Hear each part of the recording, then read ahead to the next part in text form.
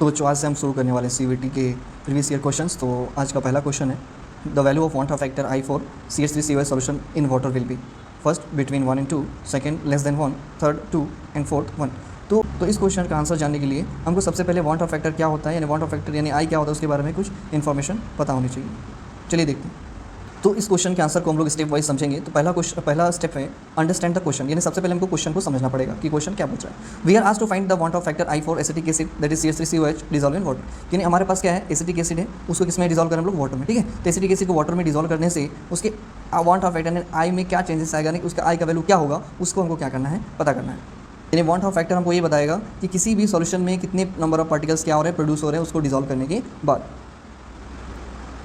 Step 2, concept of want Hoff factor. तो want Hoff factor यानी I का value को हम लोग कैसे निकाल सकते हैं, I इक्वल टू होता है actual number of particle in solution divided by number of formula unit dissolve. यानी कितने नंबर ऑफ पार्टिकल्स सॉल्यूशन के अंदर प्रेजेंट है डिवाइडेड बाय कितना हमने इनिशियली डिसॉल्व किया था। जैसे अगर मान लो हमारे पास क्या है, तो नॉन इलेक्ट्रोलाइट के लिए जिसमें आयोनाइजेशन नहीं होता है, नॉन इलेक्ट्रोलाइट किसको बोलते हैं, जिसमें आयोनाइजेशन या ब्रेकिंग डाउन या डिसोसिएशन नहीं होता है। यानी जो डिसोसिएट नहीं होता है उसको हम लोग क्या बोलते हैं, नॉन इलेक्ट्रोलाइट होता है ना। तो नॉन इलेक्ट्रोलाइट के लिए I का वैल्यू कितना होगा, 1 होगा। तो इसको कैसे समझ सकते हैं कि I का वैल्यू 1 कैसे आया, जैसे हम डिसॉल्व करने के बाद कितना है, 2 है, और कितना डिसॉल्व किया था हमने, 2 डिसॉल्व किया था। इन्हें डिसॉल्व करने के बाद भी 2 है और पहले भी 2 ही है, यानी जितना डिसॉल्व किया था उतना ही नंबर में है, यानी डिसोसिएशन नहीं हुआ है। तो कितना आ जाएगा वैल्यू, इक्वल टू 1 आ जाएगा। इसलिए हम लोग क्या बोल रहे हैं कि नॉन इलेक्ट्रोलाइट यानी जो डिसोसिएशन नहीं होता है उसके लिए I का वैल्यू क्या हो जाएगा, 1। फॉर एग्जाम्पल अगर हमारे पास चौक है, अगर ये चौक को हम लोग बीच से तोड़ेंगे नहीं तो कितना चौक रहेगा आपके पास, एक ही चौक रहेगा, 2 तो नहीं बन जाएगा, उसको डिसोसिएट करेंगे बीच में से तोड़ेंगे तभी कितना चौक बनेगा, 2 चौक आपको वहाँ पे दिखेगा। अगर हम लोग स्ट्रॉन्ग इलेक्ट्रोलाइट का बात करें तो स्ट्रॉन्ग इलेक्ट्रोलाइट जो होता है कंप्लीटली आयोनाइज होता है। आयोनाइज मतलब ब्रेकिंग या डिसोसिएशन आप यहाँ पे समझ सकते हो। कंप्लीटली मतलब अगर हमने एक लिया तो पूरी तरह से क्या हो जाएगा, कितने में टूट जाएगा, 2 बन जाएगा, है ना।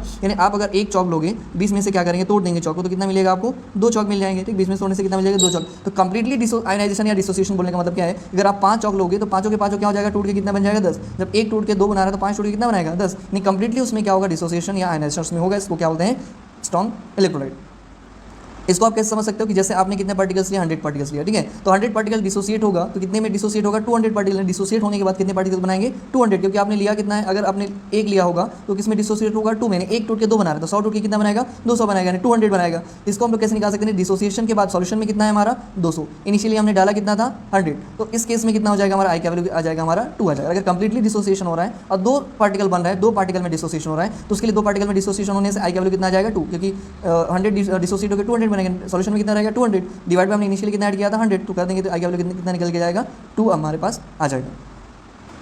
यहीं पे अगर हम लोग वीक इलेक्ट्रोलाइट का बात करें, यानी इसमें क्या होगा, पार्शियल आयोनाइजेशन है, पार्शियल डिसोसिएशन, तो उसके लिए जो I का वैल्यू है वो 1 से क्या होगा, ज़्यादा होगा, बट जितना मैक्सिमम आयन वैल्यू है उससे क्या होगा, हमारा कम होगा। यानी मैक्सिमम जितना आना चाहिए आयन का वैल्यू, नहीं टूट के जितना बनना चाहिए, मैक्सिमम जितना बनना चाहिए उससे क्या आएगा, I का वैल्यू कम होगा, लेकिन 1 से क्या होगा, ज़्यादा होगा। क्योंकि हमको पता है कि जब वो टूटेगा तो 1 तो रहेगा नहीं, टूटने से एटलीस्ट हमको 2 तो मिलेगा, या फिर पार्शियल हो रहा है। तो अब देखते हैं कि उसको कैसे हम लोग यहाँ पे समझ सकते हैं। फॉर एग्जाम्पल अगर हम कितना पार्टिकल ले रहे हैं, 100 पार्टिकल्स, ठीक है, तो अगर आप 100 पार्टिकल्स ले रहे हो जिसमें से सिर्फ 70 डिसोसिएट हो रहा है, 30 डिसोसिएट हो रहा है, तो 30 डिसोसिएट हो रहा है तो कितना बचेगा हमारा, लेफ्ट कितना बचेगा, 70 जो अनडिसोसिएटेड है, अनआयोनाइज्ड है, जो डिसोसिएशन नहीं हो रहा है। अब जो ये 30 है वो डिसोसिएट, एक जैसे डिसोसिएट होकर 2 दे रहा है, 30 डिसोसिएट होकर कितना देगा आपका, 60 देगा। तो यहाँ पे प्लस कितना हो जाएगा, 60 हो जाएगा। 60 कहाँ से आया, क्योंकि 30 आपके पास पार्टिकल था, डिसोसिएट होकर कितना आ जाएगा हमारा, 60 हो जाएगा। डिवाइड में आपने डाला कितना था, इनिशियली 100 डाला था, तो क्या कर देंगे 100। इसको आप अगर कंप्लीटली सॉल्व करोगे तो आपको वैल्यू कितना आ जाएगा, 1.3 आ जाएगा, है ना। इससे हमको क्या पता चला कि जो वैल्यू है अगर 2 पार्ट में डिवाइड हो रहा है तो उसके लिए क्या आएगा, 2 से क्या आएगा, कम है। जितना मैक्सिमम वैल्यू उससे क्या है हमारा कम है, लेकिन 1 से क्या है, 1.3 ज़्यादा है ना। इसको आप ऐसे भी समझ सकते हो कि अगर हमारे पास जो